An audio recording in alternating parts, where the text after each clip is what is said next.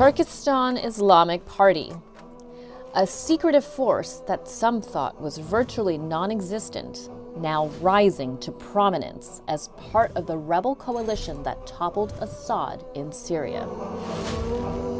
They've released a series of propaganda videos showing step-by-step preparations for what became the final successful push. Fighting on the front lines against Assad's forces, firing off a rocket near the city of Sarakib, explosive gun battles, entering Latakia, a strategic port city, then victory rolling in on tanks cheered by the public. TIP was founded in the 1990s with a footprint in Afghanistan and Pakistan. For the last decade, they've been based in Syria. Their field commander, Abu Muhammad, also known as Zahid. Years ago, TIP members escaped from China, where they faced severe oppression and human rights abuses. Often they fled with their families. Since then, they've set up villages and training camps in Syria, made inroads with militant groups like Hayat Tahrir al-Sham, which led the recent offensive, and built a vast fighting force. After Syria, now China. TIP has always been clear. The end goal? Independence. To liberate their homeland of East Turkestan from the Chinese occupiers.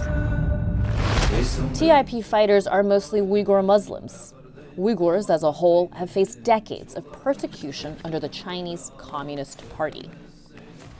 More than 1 million people forced into re-education camps. Thousands imprisoned for praying and fasting, what Beijing considers horrific crimes. TIP propaganda highlights grievances against the Chinese state. The 1990 Baron Uprising, when anti-government protesters were all shot by soldiers. Many, possibly thousands, were killed. The real death toll unknown because the government covered it up. The Chinese Communist Party rules with an iron fist, a zero-tolerance policy for anyone who dares to challenge the state. For TIP, fighting alongside others in Syria was just the first step, and China, the final retribution.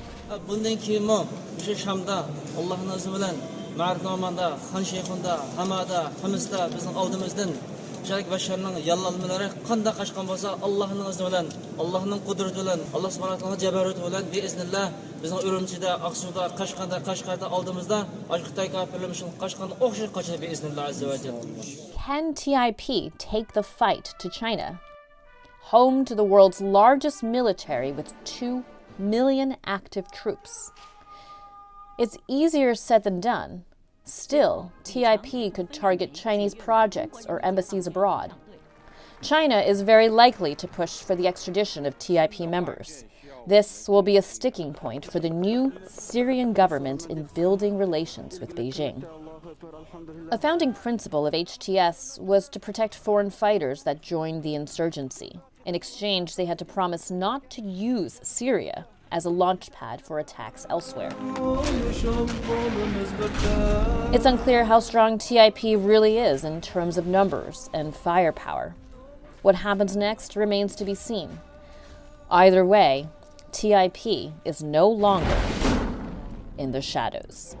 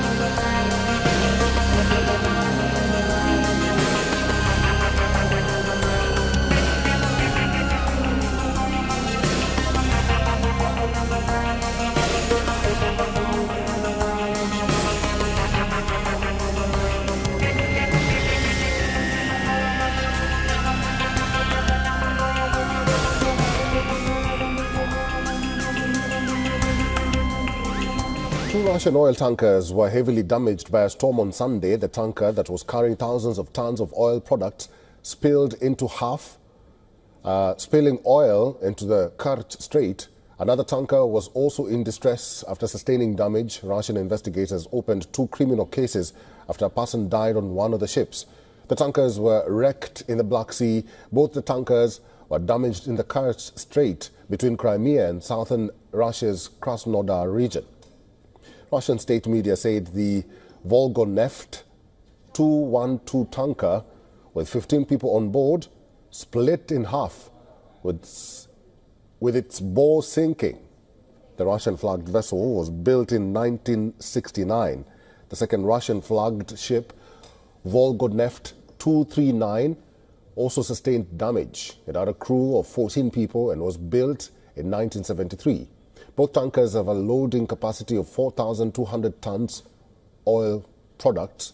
Russia said over 50 people and equipment, including Mi-8 helicopters and rescue tugboats, are deployed in the area. Official statements do not provide details on the extent of the spill or why one of the tankers sustained such serious damage. Meanwhile, the Kremlin says President Vladimir Putin has ordered the government to set up a working group to mitigate the impact of the fuel spill.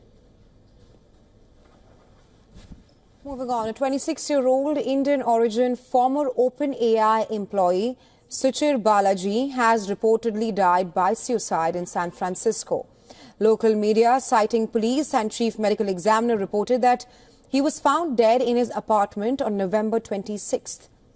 Balaji was known for being a whistleblower against the company. His death comes 3 months after he publicly accused OpenAI of violating US copyright law. In an interview, Balaji criticized ChatGPT, a generative AI program of OpenAI, for hampering businesses and entrepreneurs, whose data was used to train the AI model, which is now valued at $150 billion. In a post on social media platform X in October, Balaji raised concerns about the legality of generative AI products, claiming that they often create substitutes that compete with the original copyrighted material used in their training. I'm going to bring you some breaking news now. And Israel has announced it's going to close its embassy in Ireland. They say the decision to close the embassy in Dublin has been made in light of what they call the extreme anti-Israel policy of the Irish government. Their statement goes on to say the Israeli ambassador in Dublin was returned to Israel at the time following Ireland's decision to unilaterally recognise, and they put it in quotes, a Palestinian state. The foreign minister for Israel, Gideon Saar, has put out a couple of quotes here. Let me give you a flavour of them. Gideon Saar says the anti-Semitic actions and rhetoric that Ireland is taking against Israel are based on delegitimization and demonization of the Jewish state and on double standards. So that breaking news that Israel is closing its embassy in Dublin should also add that it's opening one at the same time in the same statement in Moldova, saying relations between Israel and Moldova are friendly and both countries are interested in expanding and deepening them. But certainly not the case with Ireland, as Israel has announced it's closing its embassy in Dublin this lunchtime. Video released on Sunday by the French Gendarmerie showed the wreckage of hundreds of makeshift houses after the most powerful cyclone in nearly a century struck the archipelago of Mayotte in the Indian Ocean. A top local official told a local outlet that several hundred, maybe even thousands, may have been killed by Cyclone Chido. Asked about the death toll of several hundred, the French Interior Ministry said, quote, "It will be difficult to account for all victims," and said a figure could not be determined at this stage. Cyclone Chido swept through Mayotte overnight, according to the French Meteorological Administration. The forecaster said the storm brought winds of more than 124 miles per hour and damaged makeshift housing, government buildings, and a hospital, adding it was the strongest storm in more than 90 years to hit the islands. Mayotte's islands have been a focal point for illegal immigration from nearby Comoros. In recent decades, thousands have attempted to cross from Comoros on the east coast of Africa to Mayotte, which has a higher standard of living and access to the French welfare system. According to the French Interior Ministry, over 100,000 undocumented migrants live in Mayotte. Some 77% of the people in Mayotte live below the French poverty line. The cyclone went on to hit northern Mozambique on Sunday. In the eye of the storm, there really is nowhere to hide. But these tables will have to do. People are barricading doors, battling winds of up to 135 miles per hour, while Cyclone Chido rips through buildings. A storm so destructive it's devastated the French territory of Mayotte, where entire towns have been flattened. The hunt for survivors is underway, but this is looking like a recovery mission. And there are fears that up to 1,000 people may be dead in what's being described as the worst cyclone to hit the Indian Ocean in 90 years. There are concerns the devastation may breed chaos, and so President Macron has sent 250 military personnel to maintain order, alongside the 1,600 police officers already on the ground. 8 planes have also set off from France in the immediate aftermath of the storm, which is also causing havoc in neighbouring Mozambique. UNICEF is concerned about the immediate impacts of this cyclone, the loss of life, the damage to schools, to people's homes, to healthcare facilities. We're also worried about the longer-term impacts. Children potentially being cut off from learning for weeks on end, people unable to get access to healthcare, and the potential spread of waterborne diseases like cholera and malaria. But in the here and now, lives and livelihoods have been destroyed, and communities are left to survey the damage done as they continue to face the fallout. Sabah Chowdhury, Sky News.